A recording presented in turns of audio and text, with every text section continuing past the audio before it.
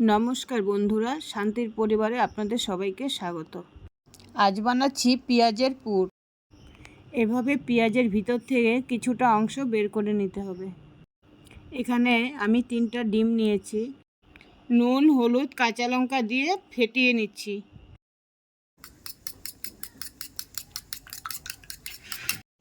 ফেটানো ডিমগুলি পেঁয়াজের ভেতরে দিয়ে দিচ্ছি।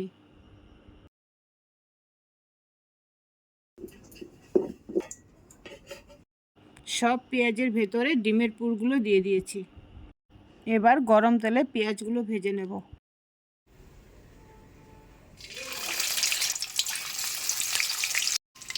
এভাবে একে একে সব পেঁয়াজগুলো দিয়ে দিচ্ছি।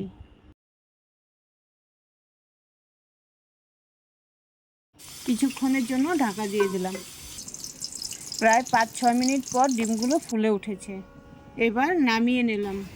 ফোড়নে দিচ্ছি তেজপাতা এবং গোটা জিরে।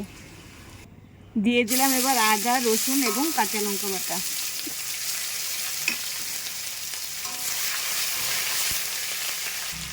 মশলাগুলিতে লবণ, হলুদ এবং কাশ্মীরি লঙ্কার গুঁড়ো দিয়ে ভালো করে মিশিয়ে নিচ্ছি।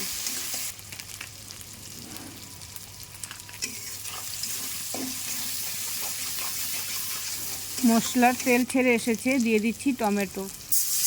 এবার দিয়ে দিচ্ছি গরম জল।